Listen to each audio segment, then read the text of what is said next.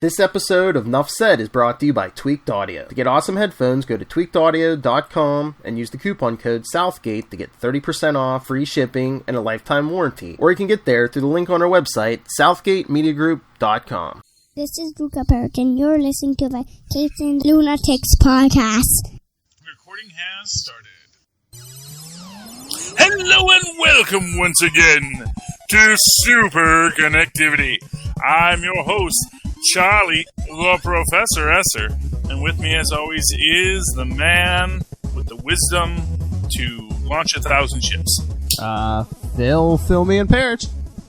That's the one. Sorry, I keep on touching my face. We're not supposed to. Hey, Philip, welcome back to the wonderful world of Superconnectivity, where the world is crashing down around our heads. There will be no more comic books ever again. And a lot of tragedy is befalling all the people of the world. Also, we lost one of the greats of basketball, Curly Neal, from the Harlem Globetrotters, and of course from Scooby-Doo Meets the Harlem Globetrotters, and the Super Globetrotters, and countless comic books about the Harlem Globetrotters in the 70s and 80s. It was a good time. Good time to be alive. Anyway, but now here we are in this end times dystopia that is COVID 2020. Well, on the bright side, at least the environment's getting a break. Yeah, relatively. You know, I don't think it's as good as people are like implying. You know, yeah, but it can't hurt. But it can't hurt. You know, no, it's not hurting. It's better that we're not driving as much. Mm-hmm. We're telecommuting, which is saving a lot of energy, not putting as much carbon dioxide into the atmosphere. All these things which are good, but they took away our comics, Philip. I know. Diamond. How dare you, Diamond? Well, here's the thing that bothers me about Diamond's decision, and it's kind of this gray area about where, and this is the thing everyone has to deal with in this time of crisis, is the gray areas, because there are all these shutdown orders, all these lockdown orders, but there are certain carve-outs for certain businesses. Publishing is one of those businesses. Yes. The problem is that apparently there is some feeling that the resellers of published materials are not one of these businesses. Now, my comic book store was basically doing curbside pickup. Yes. So you had your pull, you could write in and say, pull these books for me. You would drive up, they would come out, they'd hand you the books, you'd drive away. So they found a workaround in this situation. Now, with Diamond essentially saying they're not going to deliver comic books for the foreseeable future, it puts everyone in a tough spot. And now, on some people's view of it is, well, this is good for the comic book retailers because now they don't have to take in a bunch of stock that they don't have to sell, or that they're not going to be able to sell. And, I got into a bit of an argument with a guy online about this the other day because, well, for some comic book, because that's the thing, if you're a comic book store that relies mostly on walk-ins, then yeah, this is bad for you. Yeah. The situation not being able to open. If you're a comic book store that relies heavily on your pull lists, then it's not as bad for you, And it is that complex question as to what's best for comic book retailers. In the meantime, with Diamond making this choice, they're kind of making the choice for everyone. Diamond saying they're not going to be doing these deliveries. And now the question comes to Marvel and DC and everyone else. Yes. Are they going to continue to make books that can't be distributed via hard copies? Interestingly enough, Alterna Comics, your friend of mine, is still going to be printing comics because, as I said, there is a carve-out for media printers. Mm-hmm. Because, as it turns out, in a crisis, you want printing presses to keep on running. And while they're printing newspapers, they might as well print comic books as well. Well, and I mean, it would hurt. I would hurt all the brick and mortar businesses. But I mean, Marvel and DC and all of them, they can just do digital. Well, yeah, but at the same time, they also want to maintain that relationship with the hard copy publishers because, as we have said, Marvel and DC, those are basically the farm teams for the movies now. Mm-hmm. Where basically they're going to be running out a bunch of great stories, coming up with brilliant ideas, and then years from now they're going to be taking, what was a great idea that those writers came up with, and then we're going to see it translated in some way into a movie. We're going to see more characters, more people, more things coming into the fold for the Marvel DC universe that originates in the comics. I saw another theory online. I don't know how they would do it, but they were saying, that Marvel, DC, and the rest of them could like send digital codes to the retailers, and then the retailers could sell them to you at the regular price. And then once the physical books come in, they will just give you the physical books too. I actually said that as well. That's actually my idea for it. Is that first off, DC doesn't have digital codes. Marvel is actually, because Marvel already has the digital codes. Yep. They can sell those to the various retailers. The retailers now just have to be very careful in how they sell those digital codes out, Mm-hmm. But yeah, I mean, that would be the smartest thing for Marvel to do because, as I said, they already have the codes in stock. They already know what code goes to what book. So they can designate, okay, these are the codes that, Paradox Comics in North Arlington, New Jersey is going to get. And here's the codes that, the Fortress of Solitude in Newark, New Jersey is going to get. I know my local comic book stores. And whatever store that Phil goes to, yeah. Would be the time for you to give it a shout out, what codes they're going to get. Yeah, Infinity Comics, yes. Yes, and I mean, they could make the whole thing electronic. I mean, they could email the codes to the stores. The stores could email you once you pay, electronically or something. Mm-hmm. They could just email you the codes. Exactly, and that would be a great way to handle it in this dark, dire time. Yes. And also would keep you from having to buy, because that's sort of this idea. Personally, I still plan on buying even if they don't have comic books, I'm going to buy. My $20 gift card to Paradox Comics each week, which is my normal comic book budget. And then when the books come in, I will just cash those in. Or like I was saying, if you can go in the store or even send them a list, it's like buy some back issues. Oh yeah, and if you can, and of course, most stores will also we'll set up a mailing thing. They will say these are what we have.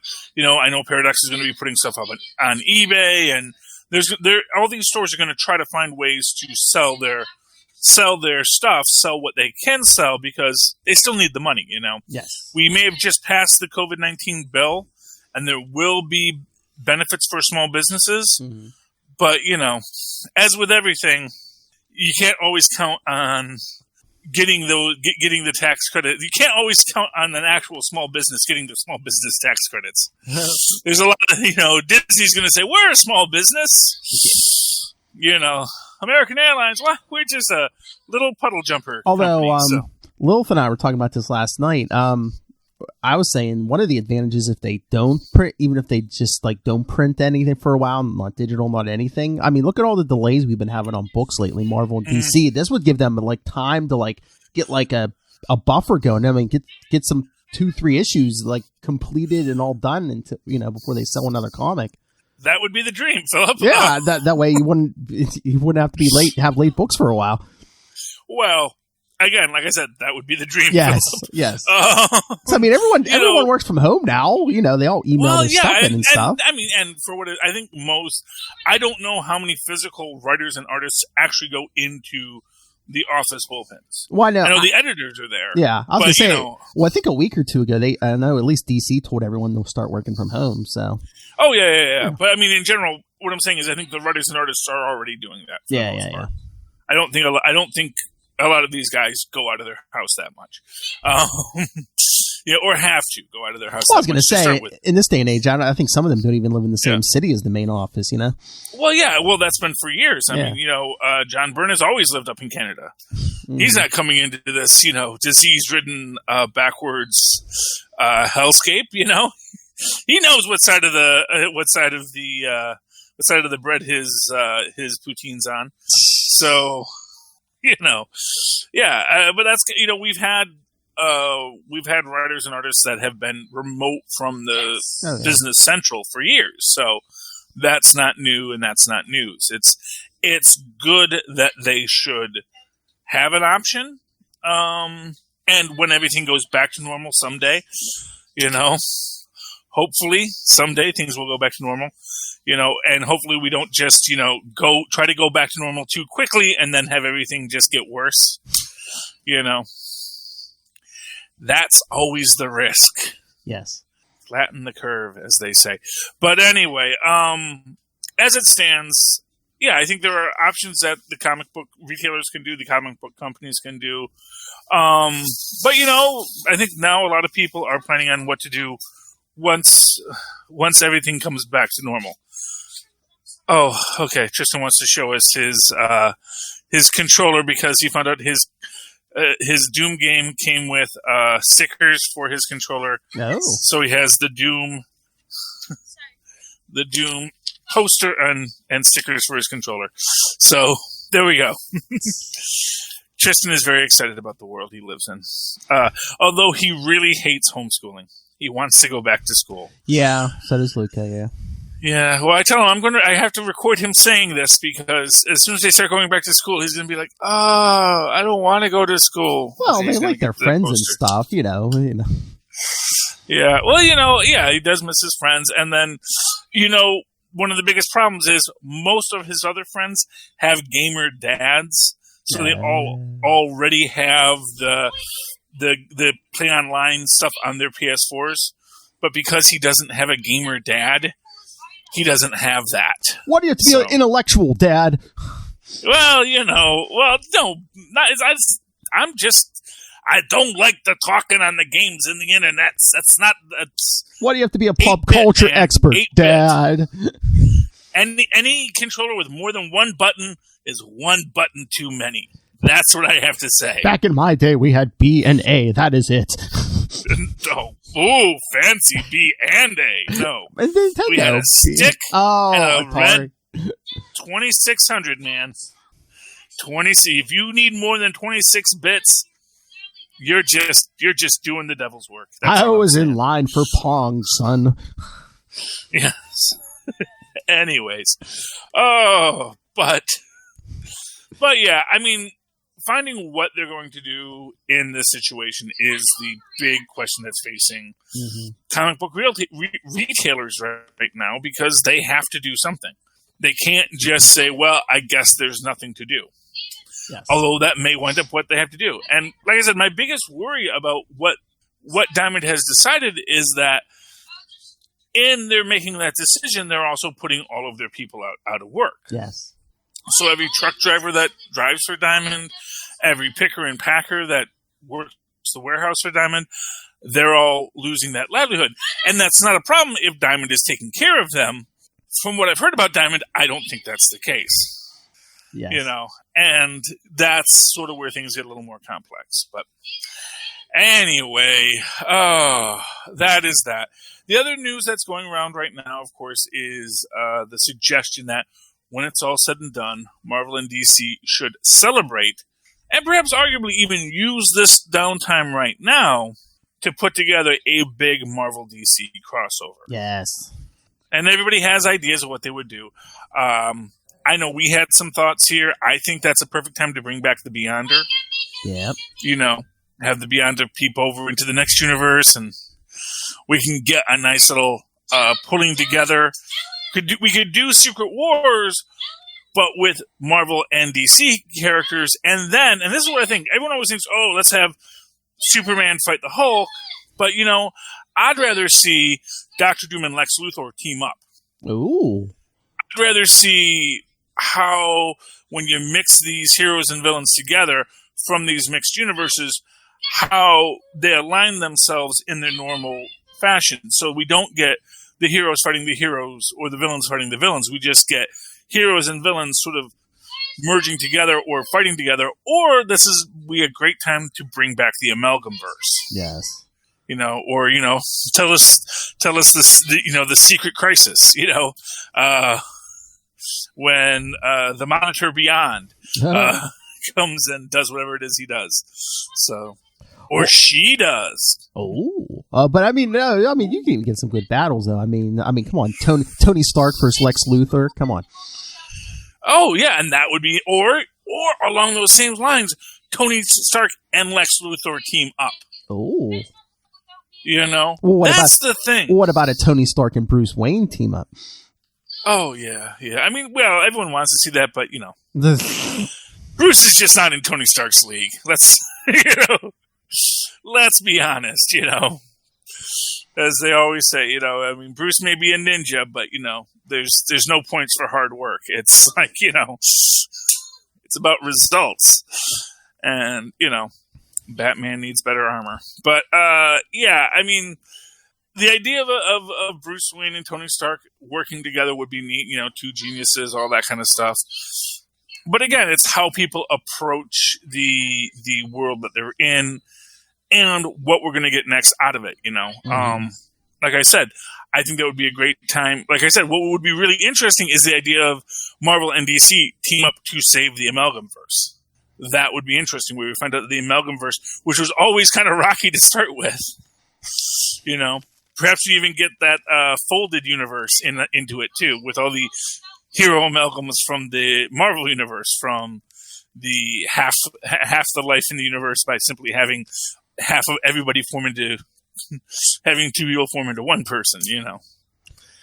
I don't think that was the best idea. But some of they said there's creators behind it. I mean, I know Gail Simone, they said, is one of the names behind, you know, who's been calling for this, and like I put up a few ideas, and like it got liked by Tim Seeley over at DC and our friend Kelly Thompson. I mean, yes, I mean, there's creators who want this. Oh yeah, well of course, because creators love to create. Oh, yeah. And the best part about comic books is that ancient and magical playground that you get to play in. You know, and you do crossover because there's just so much. And you do a crossover, you double the toy box too. Exactly. So yeah, of course everybody wants to do that, and you know, that's what's great about comics. Speaking of comic books, Philip, do you want to talk some comic books, or you want to talk some more movies and pop culture? I don't know what we're going to do on Capes later on tonight. I know. I don't want to burn up all the topics, but I think we're not going to get to talk a lot of comics on Capes and Lunatics tonight. Yeah, I don't think. Yeah, no, go ahead. Yeah. Throw out some comments. Okay, so let's see here. One thing I really want to give a shout out to, a book I really loved. Can you guess what book I really loved this week, Philip? I'm going to bet you can't guess which book I really loved this week. Was it Immortal Hulk? No. Ooh. That was good, though. Yes. Immortal Hulk was really good. But what was great was Hellions. An X-book. An X-book. Oh, man. They had me at Nanny. Oh, yeah. Talk about, first off, I did not even know that Nanny was a mutant. And they gave me no background or origin on Nanny in this. I don't know if they've ever really given an origin. The couple times I remember seeing Nanny, I don't remember any origin. It's just like the last time, children. Yeah, the last time I remember Nanny was from Nanny's first appearance, which was in Avengers, as I recall, which was during that period when Reed and Sue were on the Avengers, and the Forgotten One took on the name Gilgamesh and makes himself the big bull armor. Yeah, it was around Inferno. It was like around Avengers 300. Yes. Yeah. And that's when we first get Nanny. And I never even heard of Peter prior to this. We also have, apparently, Havoc's got some problems in his brain, which is, he gets like knocked crazy, and all of a sudden he gets talking with Mephisto word bubbles, and he like cuts off a guy's arms and disfigures someone else, and it gets horrible. Then you have these other characters that are brought in, one of whom I really love is well, as I said, we get our Hellions in this. We there's Wild Child. For those who don't recall Wild Child from the old, I think it was Gamma Flight. And he's like Wolverine, but not. Yeah, he's like a skinny saber. Wolverine, yeah. He's a scrawny Sabretooth. Yeah. Yeah. And we have Scalp Hunter and a character by the name of Empath. And this is, again, I've never heard of Empath before, but that's the only one we actually really get a backstory on, where they actually explain who this guy is. His deal is that he is basically, he can manipulate everyone's emotions. So no matter what he does, everyone always gives him positive feedback. Everyone really likes to be around him because it makes him feel good.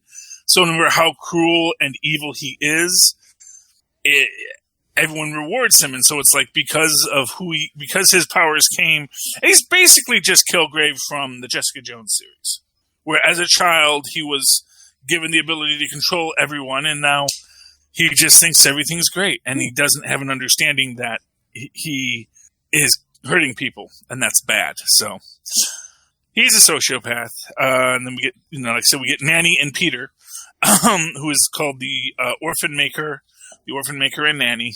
And they're delightful. And of course we just really get called out in all of this. And this is an interesting thing with, because it's the anniversary of the Mutant Massacre, and so a bunch of Morlocks are going to go after Scalp Hunter. Oh. Yeah, because he's, but they make the statement, like, even if you die, we'll all get born again. Which, of course, is like, okay, even if you kill him, he's just going to get born again, too. I was going to say, the Marauders have been doing that for years. Sinister has been doing that with the Marauders since, like, the 80s, I think. Well, and that is what the plotline is here, is that Sinister basically makes the point that, hey, look, all these poor unfortunate souls, they are we to say that their mutant powers are so bad? And there's something called the Pit of Exile in Krakoa. I don't know what it is, but it sounds awful. I think it's where they dumped Sabretooth, because I know they were like, oh, we're not going to kill you, Sabretooth, but we're not going to let you run wild and stuff. So they kind of just basically threw him in a pit and like left him to rot, I guess. I think it's, from what I would gather, from what I imagine, it's basically the sunken place from Get Out, where you get just trapped in that darkness in your own mind. Maybe, because I think they're not going to let him die, but I think it like kind of keeps him in like he's just like down there in a coma or something. Yeah, basically just, who does that help? Anyway, they make Psylocke be sort of the babysitter for the team, and then it's Sinister and Psylocke and all these great, cool people who have to go on this adventure. And what they're going to do is they're going to go to the old Essex Orphanarium in Omaha, Nebraska, because apparently Sinister's like, yeah, I kind of let my whole clone farm go to seed, and so we just got to go there and clear it out. But of course, because they need to because basically Sinister's idea is we need to put these people in a situation where they can work out all of their hostilities and aggressions, but not hurt anybody. So, well, we'll just have them massacre a bunch of clones. By the way, just out of curiosity, that whole bringing all the dead back to a life through cloning, wasn't there a whole Spider-Man arc about why that was a bad idea? Yeah. Yeah, okay, I'm just, everyone just all forgiving of Sinister in this. So anyway, but of course, when they go, who do you think is in the basement of Essex House, Philip? Who do you think Mr. Sinister's prized pupil, who has taken over everything and is being evil, would be? I don't know. Who's this student? Your favorite on mine. The person who in a prior life was, of course, Jean Grey. Good old Goblin Queen, Madeline Pryor. She's got all of the Marauders, strung up like Christmas hams. So, yeah, I really liked this book. I also might check out this X Factor book if it ever comes out, because it's supposed to come out in April, but, April doesn't exist anymore. So we'll have to see what happens with April. But, yeah, I really loved Hellions #1. That was a good book. Wow. Yeah. Well, to me, this is the thing. For me, it's always about what obscure character can you dig up from the history of Marvel Comics? Yeah. What weird thing that I remember from the 80s does some other writer remember? Hey, here's a character no one cares about that I can write into my story. Yeah. That's like, yes, you guys get me. Oh, but speaking of X-Men, did you read X-Men Fantastic Four? Of course I did. There it is. X-Men Fantastic Four, number 3. Yep. One more issue to go. It's one of these situations where it's like, first off, the whole X-Men fighting the Fantastic Four, again, it just seems so out of character for everybody. Yeah. You know? So that's a little weird to start with that. And, so, yeah, I mean, I get what they're doing, but like, so for example, Wolverine just sort of claws the heck out of Human Torch. He knows Human Torch doesn't have healing factor, right? I know. I was like, damn. Yeah, it's like, what are you doing, good sir?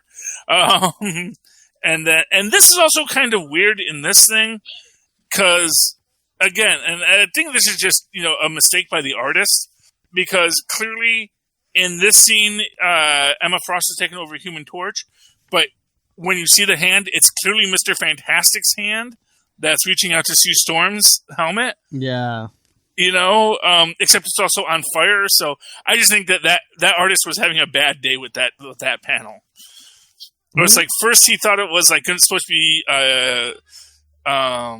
Reed Richards, or I wonder if maybe like in one version of the story it was like supposed to be Reed Richards, and then he had to like paint over it, because if you look here and the way the flame goes down, it kind of looks like Reed coming in, Yeah. But again, also the fact that the Human Torch's hand is like a flesh hand and not a glove hand is weird, but yeah. But anyway, so yada yada yada. Doom has come in and he's being all doomy. Doom's gonna fix, as he does. Doom's gonna fix Franklin's powers, because that always works out well. Ask Sharon Ventura. Yeah, and and of course, super science gone crazy is like, Reed is like, I don't think this is a good idea, and Beast's like, I don't know, it could work. Ah. I ever tell you about the time I injected myself with mutant growth hormone? That turned out fine, didn't it? Didn't change me in the slightest. A little bit of human experimentation never hurt anybody. Ah. Oh boy. But yeah, and then of course, we find out that the mutants are kind of being controlled by Doom, and the Doombot mutants, definitely don't have their wits about them. But I was going to say, I love Doom getting in Charles Xavier's face, because he's like, I recognize Krakoa as a nation. He's like, but just because some mutants are mutants doesn't make them better than all of humanity. He's like, just because you can protrude claws from your arm doesn't mean you're better than a guy who dedicates their life to diplomacy and the study of culture. Yes, well, good point, honestly. Yep. So, yeah, and that is, of course, and again, that's the whole thing. It's like, what is going on with these freaking mutants right now with this whole, and actually, to that extent, there is a line in Hellions about how the work will set you free. Mm. And do you know where the line, the work will set you free, is from? It's written on the gates of Auschwitz. Oh. Yes. I don't know if that was what the writer was going for, but it seems like such a... I'm trying to see if I can find that line, because it's something that Psylocke says to them, like you'll earn through hard work, you will earn your freedom kind of thing. Because, of course, all of the Hellions were in the circle, the circle of judgment, and where the Quiet Council meets and decides who gets to go to the sunken place. Yeah, I still think there's something up with all these mutants dying and coming back. Yeah. And of course now we got our Doom Sentinels. Oh yeah. Popping out. Why are they so big?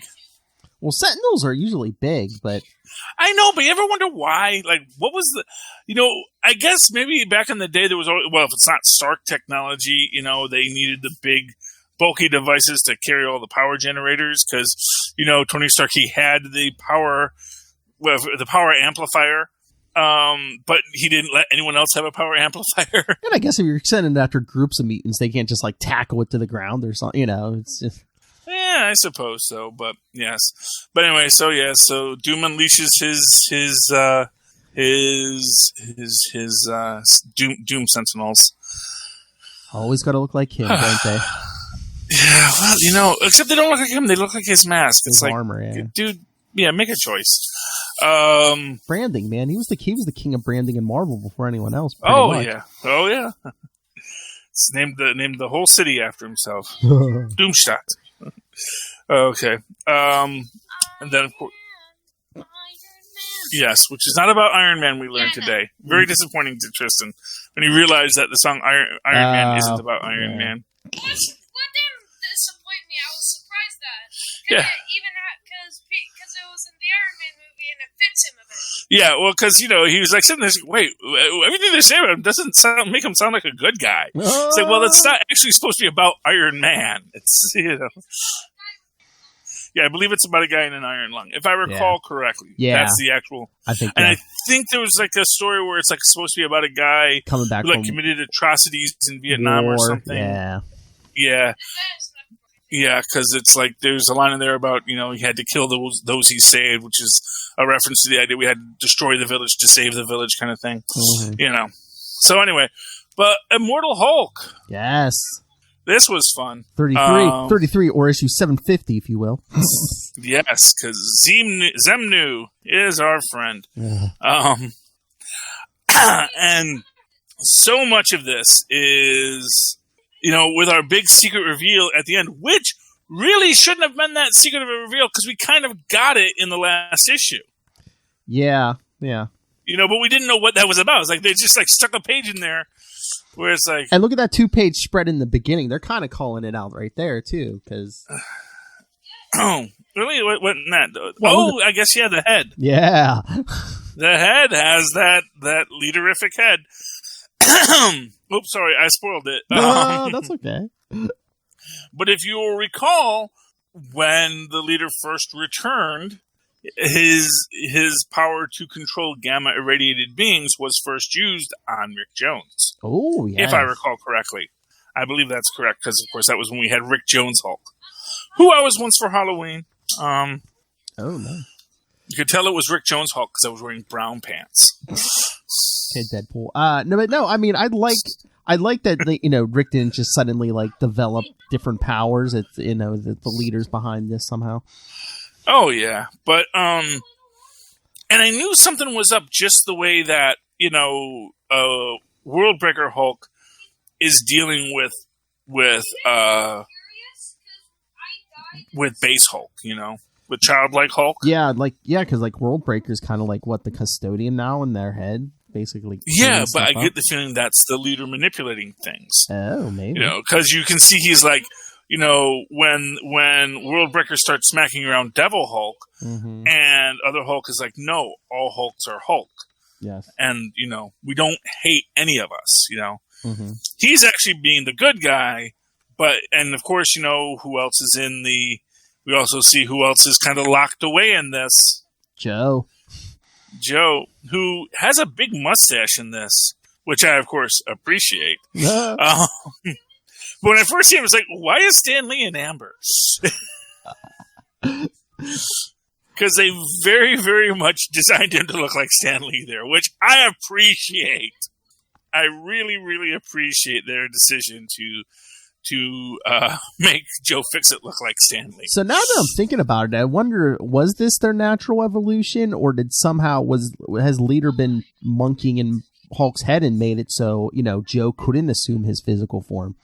I'm kind of thinking that may be the case, Mm-hmm. And we definitely see how this all plays out with Zemnu and whatnot, and of course, way too much on the body horror here. Yes. The Hulk ripping through Banner's body. Although he's done that before. Oh yeah, I know. They do make the right. It's not really Banner. It's just the head that Banner. It's like. None of this puts me at ease on the whole concept, man. I know. Yeah. So, but we do get to the whole thing. And I was going to say, your favorite villain gets his though in the end. Oh well, yeah, which I knew was going to happen. Again, very much tallied up, into that last episode with Augur. Being like, I know you can't use your mind manipulation on me. I know how the sausage is made. And those lines come right back to him. He's like, of course, you're harder because you know how the sausage is made. And all that kind of stuff as he totally, rips him apart. And then, of course, we also see, of course, Rick Jones for the rescue of the Hulk. Yes, because Rick, good friend. But maybe not quite so much. Oh, yeah, because what is it, like Rick who brings out Worldbreaker Hulk that breeds Zemnu, and then, Hulk's like, what happened to Hulk? Yeah, well, exactly. And he also, jams him up with the Gamma, and that's, all these things, all this manipulation, because, as we see, and it is that kind of horrible thing there when he says, I'll probably leave you alive, and this is all, and you're seeing it from Rick saying it. It says, I'll probably leave you alive, Augur, though, if you can call that what you are living, Mm-hmm. It's like, ooh, creepy. But that's because it's been the leader the whole time. And then that skin behind him, was he manipulating Hulk? Remember when Hulk was that? Was the leader masquerading as Brian Banner? Maybe, huh? Yeah, I think that's Brian Banner's skin there because it has a mustache, doesn't it? Yeah. Huh. Oh, and it kind of looks like he's in behind the green door there in that hellscape. That's the leader. That's the Hulk's greatest villain. Does he have Gamma in him, or is he just green? No, he's full of Gamma, and he's got like a big brain. Whereas the Hulk gets big muscles, he's got a big brain. Yeah, because the next issue, which, who knows when we'll get it, it says a book-length look at the leader and his long journey behind the green door. I'm sorry. Well, that's it says next notes. issue. It says something about it's going to be about the leader and his journey behind the green door. So, well, what I was just thinking about with the leader is, what my favorite story about the leader is when he's Red Leader and he sells his soul to Mephisto. Ooh. And there's a whole plot line at the end of that where, basically Mephisto finally outsmarts the leader, because at first it's the leader outsmarting Mephisto, but then Mephisto, of course, gets it at the end, which makes you wonder again if there's going to be this tie-in and this loop-de-loop to the whole thing. So that was fun. What if all these Mephisto appearances we're getting? What if half of them are like the leader or something? I mean, it could be. What do you want to show me, Tristan? You want to show me the Taskmaster ad because it looks like he has a lightsaber? No, when I first saw that, I almost thought that was Darth Vader from here when it looked blurry. You thought the Taskmaster was Darth Vader? For a second, yeah. Well, I'm sure that's part of the inspiration for his design. Oh, okay. Do you want to talk to anybody else, or do you want to go over to Picard? Because we also have Road to Empire, which was good. I have My Gods and Gears, and it came out on Wednesday from last week. We can also save stuff for next week, because we probably won't have comics next week. Oh, that's true. Yeah, we can hold off on the comics, because, again, like you said, it might be a while. But no, I would like to hear your thoughts on Picard. How far did you get? I got through episode 3, and I'm kind of half watching them in the background while I'm doing this. And here's one of these things. It's like, and I've been asking this since the Borg first showed up. Mm-hmm. Where are the Bynars? Okay. There is an early TNG episode called 11000101. Oh, is it those guys who are like... Yeah, they're all tied to their homeworld's main computer, so they all have synced up brains. Yes. And it's I wonder, and that's this thing, because there's also this aspect in there where, I remember, because first off, this idea that artificial beings are outlawed, except outlawed to the Federation. Yeah. And genetic manipulation, ask Dr. Julian Bashir how outlawed that stuff really is, I mean, Q and Tasha Yar, that's all we talk about season 1, Charlie. I'm sorry, wait, okay, what did you say? I said Q and Tasha Yar, that's pretty much all they talk about it from season 1, doesn't it seem like anymore? Yeah, well, no, but the Bynars were there. Mm-hmm. And they were pretty much, they take over the Enterprise because they're and also as an interesting aspect about the Bynars, they saw Data as the ultimate, being. It's wow, you are just a full computer. Long before Lore talked to the Borg about getting rid of their human qualities, other beings saw, that positronic brain as that goal. So it makes me wonder on some level if we're going to eventually see the Binars in this. If they're going to go for that dig deep and say, oh, by the way, remember this sentient race of computer people that we introduced back in season 1 that you all forgot about, even when we came up with the Borg, which kind of seemed like they were kind of like people that would have been like, oh, hi, Borg. Welcome. We'll assimilate you, actually, as a matter of fact. Come on in, Borg. We got such sats to show you. The great hive mind of the Binars. That would be so cool. Think about that as just a storyline. Like the Borg try to assimilate the Binars, and the Binars just assimilate the Borg. I will tell you no, but there is a season 2 coming also. So, well, I'm gonna say I don't know exactly what they're going on. I know there's something about I guess the last Borg cube got destroyed by some kind of internal thing, and I guess we find out whatever. I guess you're going to tell me that they're going to reveal that, because when the last thing I saw was the Romulans, who were the last Borg to be assimilated or the last Romulans to be assimilated by the Borg. And then that Borg cube imploded, and now they're all kind of nuts. It's weird because the Borg kind of play a part in this, but it's the end of not really at the end of the season. It's more the Romulans and other synthetics. I mean, I won't go into too much, but it's just yeah. Well, no, I mean we get a big thing. I mean we get a big thing with we get a couple episodes on the Borg cube. I mean, you get the return of 7 of 9. You get Hugh, and there's one episode, I forget which one. It's coming up soon, I think, for you. Where 7 and 9 and Picard. I mean, we never really saw them on screen before, but they're kind of I don't want to say commiserate, but they're kind of it's yeah, wasn't it? Didn't it suck to be a Borg drone? Yeah. Well, and of course, Picard was Locutus of Borg. He wasn't really a drone. He wasn't really like one of you 7 of 9 people. It's oh yes, I remember being a Borg. Yes, and it was horrible. And 7 and 9 is so good in this, and it's but or in some respects, it's man, she doesn't act like the old 7 and 9. But again, it's it's been 20 some years since she's been liberated from the collective. Yeah, and Jerry Ryan's a good actress. Oh yeah, she is. Let the woman act. Oh yeah, thank you. That's I was. All get past whatever that nonsense was with her ex-husband. I was listening to an interview with Jonathan Frakes, and he was because he directed some of these episodes, he was like as good as Jerry Ryan was back in the day, he's I think she's so much more in her character now than she ever was in it. Yeah, I don't know if it's just that they well, I don't know if they just opened it up. They gave her more to do, so I don't know. Yeah. Well, and that's the thing. It's doesn't have to deal with the whole Voyager crew. Although I did like that, and again, one of these things where they still clearly have EMHs. Mm-hmm. So again, it's they haven't gotten rid of artificial life forms. So I also wonder what the heck are they really talking about? And when we look at because I did see when the artificial life forms destroyed Mars, those weren't artificial life forms. Those were drones. I mean, those were clearly not meant to be anything other than just souped up Alexas. They were Alexas with arms and legs, Yeah.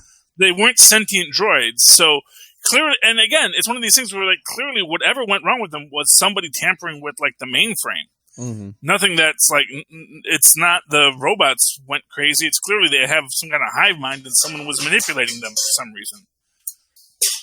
He's knocking over frying pans. So yeah, it's interesting. And again, I posted a couple things online, a lot of stuff seems to be outlawed in the Federation. And if you have an 86 and it's $23.99, is it 2386? Is it 2286? Why doesn't it have a star date? Or is 86 just, because it's star date 497C22386, So it's an 86. That's how everyone knows that was a great vintage for Picard Brothers Fine Wineries. I did like that he basically says, I really never wanted to be here. This really was never a place that was home for me. Yeah, but basically, he retired. He quits the Federation. It's where am I going to go? Well, he could have gotten a freighter and sailed the 7 stars, you know? I guess, although, I mean, I don't know if they mentioned it earlier, but I know, like, towards the end of the season here, they mentioned, like, Picard, the character, is, like, 94 years old. Yeah. So, well, I'll say this much. Yeah. So far in 3 episodes, not enough Ferengi. And I stand by that. You know, if there's one weakness I will say from these first 3 episodes, not enough Ferengi. What else do people care about in Star Trek except Ferengi? What is going on with the great conglomerate? This Ferengi would be cool, and in season 2, I want an encounter with Picard and Q. Come on. Oh, reunite those old friends. Come on. I mean, yeah, it'd be nice. It would be nice to see Picard. I mean, you know, I'd like to see a lot of people. I'd love to see Robert Picardo in here. Yes, that's what I was thinking. I'm like, they need to bring in the rest of the Next Generation cast, but yeah, bring in other people. Bring in, you know, Voyager and Deep Space Nine people. Yeah. Yeah, well, that was the other thing I kind of noticed with this is like, oh, here's all of Picard's crew from before Star Trek Next Generation. He's got his old buddy from the Stargazer, and I don't know how he knows that other lady because I was only half watching it, the one who wanted the 86, you know. Oh, so, I'm trying to remember. It might be the next episode or the one after. They do a flashback, like like she was working with him when they were like, she was working with him when they were trying to evacuate the Romulans and stuff. They'll give you a flashback on that. Yeah. And, you know, and again, it's like, I don't understand why the Federation seems to really overreact a lot, you know? Mm-hmm. It's like we can't have any genetic manipulation because there was once this guy named Noonien Singh, you know? Noonien Singh Khan, and we don't like that. It's like, but, you know, probably there's a lot of positives to it. You know, maybe we shouldn't just throw out the entire baby with the bathwater. Well, let's just say the Federation's been infiltrated too, and leave it at that. Yeah, well, you know, Federation's been infiltrated since those freaking worm-eating things took them over a couple seasons back, and then the freaking shapeshifters took them over. It's like, when hasn't the Federation been infiltrated by a billion different parasitic creatures? It's like, oh, we're infiltrated again? Yeah. Well, must be Tuesday. I'm not even saying parasitic. 84732. I'm not even saying parasitic creatures. I'm saying spies. Well, yeah. I mean, duh. You know, I mean, obviously, you know, that's politics. I mean, there's Galactic Federation. I mean, there's 2 races in the universe that kind of look similar. I mean, one I think kind of split off from the others. The Vulcans so you have Romulans masquerading as Vulcans, or Vulcans masquerading as Romulans. Well, yeah, I mean, I don't remember if they've ever given that full origin story, but I always just assumed that, you know, spacefaring started on one of these 2 planets, and one group went to one planet, another group went to another planet. And there's probably like dozens of planets out there that have like Vulcans on it, you know, but they just completely different evolutionary tracks. And now we have like British Romulans, because that guy on the cube, he's like British. Sure, why not? You know, like, well, I mean, that's the weirdest thing about Star Trek is everyone is speaking with a universal translator. So why does anyone have an accent? Exactly. Yeah. You know, it's. Although I guess that, and honestly, as Doctor Who says, lots of countries have a north. So, you know, or lots of planets have a north. So yeah, he's from North Romula. That's how you talk in North Romula.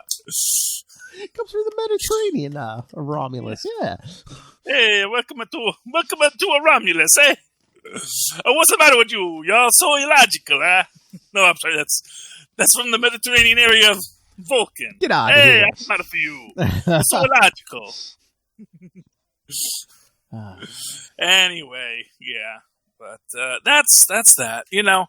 Yeah. Oh, they did call out the Gorn Collective in this, which I thought was cool. I want me some Gorn in this. Gorn don't get enough play.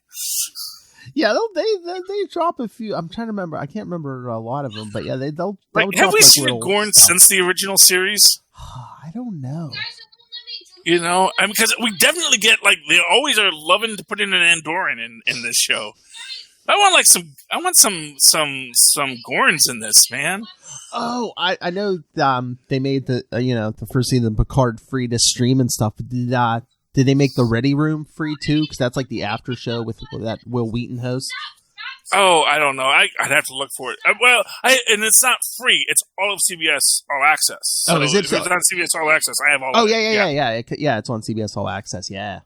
Yeah, so I have the entire CBS All Access for a month for free. Oh, nice. And yes, and And if you have time, which is smart. If you have time, do Discovery. I don't know. Season 3 is supposed to start soon. I'm getting through season 2 now pretty good. I mean, when I saw the first episode, I think when they had it free on TV, I wasn't impressed, but I've been watching it. It gets a lot better. Okay, yeah. Well, I mean, and also, I don't know if this is a new thing, but you can get CBS All Access with commercials, like Hulu. Oh, yeah. It's cheaper, yeah. Yeah. I don't mind commercials. Yeah. What do I look like, Lilith Hellfire? I'm not Maz Mansour. Maz Mansour? I know. It's like my brain is more than happy to be for rent.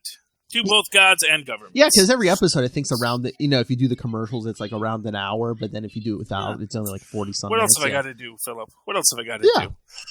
And besides, without commercials, how would I know what feminine hygiene product is right for me?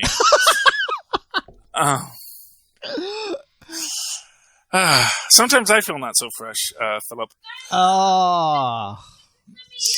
And there's your drop. Okay.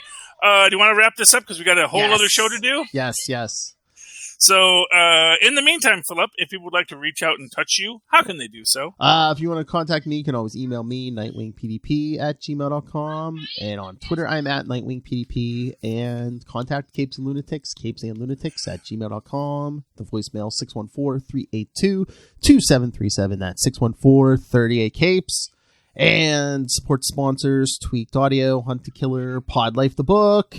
And when you go on Amazon for anything, because you can even stream CBS All Access through Amazon Prime. But use the link for all your shopping for Southgate Media Group.